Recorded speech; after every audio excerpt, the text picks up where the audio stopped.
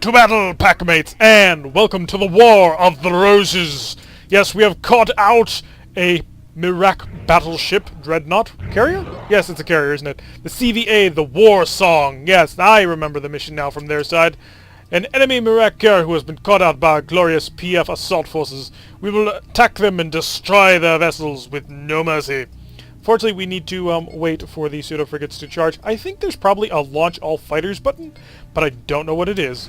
So we basically only have phasers and the ESG, which we will point to a minimal value, and as soon as we can, we will launch all of our pseudo frigates. I have no idea whether or not we'll have any decent pseudo frigates to use, or if it's just going to give us the basic ones. Launch all 4 of them. Get them off our hull using the mecha links. And yeah, these are very basic ones. They don't have an ESG nor the four heavy weapons. Nope, we've got incoming Vizslas. Set the range. Come on. All phases, engage.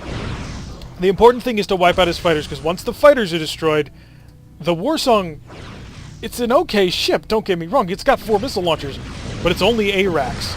And if we can do this right, we can knock them to pieces. So they're putting out their as big barrages as they can. We'll prep a Wild Weasel. We have a single shuttle to do it anyway. And look at all of the fire from all these pseudo frigates. Activate the defensive tractor beams. Just in case. Okay, we grabbed one. Just to provide some defense. Really, at this point, our weapon systems are purely here for anti-missile defense systems.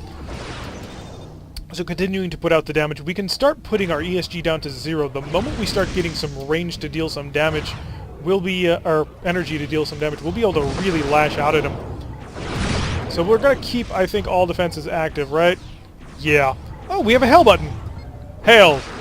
Hail, Kiba. Or hi, Kiba. I don't know. What am I supposed to say in response to this? I guess it's a joke of some kind. Which could be. They have a lot of in-jokes in this game. Because the Starfleet Command was pretty tight-knit community. Or not Starfleet Command, but Starfleet Battles. So we're basically coming up on him very slowly from behind as we prepare to smash him with the expanding regenerator. Oh, 41 damage. Look at all the systems offline on that vessel. There's not much left to this dreadnought. The War Song is helpless before our grand might. Our decoy is ready. Oh, and did we need it? Nope, it was fine. And there goes the War Song as we soar through it. There appears to be only the Crawler and the Star Stalker left. So the very heart of their squadron has been annihilated as we shall come in and destroy what remains. Our phasers are not quite up for the task, although we still have all 4 of our pseudo frigates. That's impressive. Although we do tend to keep them on Protect Me, which means they stay around us and don't get overextended. And it appears that the Crawler is really picking up speed, trying to get some range going. He does have a C-Rack, which is a fast rack, and his B-Racks, which, you know, those are extended range magazines, able to put out 6 blasts per turn. Here we go, using our phaser 1s and 2s, or just phaser 2, yeah, 2 phaser 2s and 3 phaser 2. 2 phaser 1s, 3 phaser 2s, 4 phaser 3s. That's what I meant to say. And let's get in there with the ESG. Full damage, all weapons fire into him, slow him down so we can actually hit him. Unfortunately, it looks like he's going to get away from us. He's cruising along at a speed of 24.9. Catching up to that is hard to do. If we can cut inside his turn, though, we'll be able to hit him with the 40 damage from both ESGs. And there it is. Oh, it was only 28, so it looks like we're not able to get full charges out of our ESG running at this speed. Shouldn't be too surprised. Oh, wow, that is a lot of incoming fire. I don't have anything to point defense, although because we are a pseudo-frigate tender, we have an absolute metric ton of tractor beams. That is the one really cool thing about flying one of these pseudo-frigate carriers. So the way it works is a lot of these pseudo-frigates, they just latch onto our hull using a special tractor beam and mecha links. And so it's a super easy way to just throw a couple of pseudo-fighters on a ship. You don't even need a hangar bay. It's just they latch onto the outside of the hull. And that's how we're doing things. And because of that, we have an absolute boatload of tractors. So it looks like us and the Star Stalker are about to go head-to-head. Oh, he's turning off. He's going after the Dirk. But we'll lay into him right in front. Unfortunately, we didn't quite have as many phasers ready to go as I was hoping for. And we're going to have to zip on out of here. We do avoid the mine. And I think we're going to have to set this to a wider beam. Although, there's almost no power in the capacitor. We're just using all that energy for speed. which we need. Our phaser capacitor is low on energy. Our ESG is low on energy. We just cannot maintain this pace. So we're going to have to cut engine power so that we can actually get power to the weapons. And the next time the Star Stalker tries to rip through our formation, we'll rip him apart. That's the plan, and we're sticking to it. He is an MEC.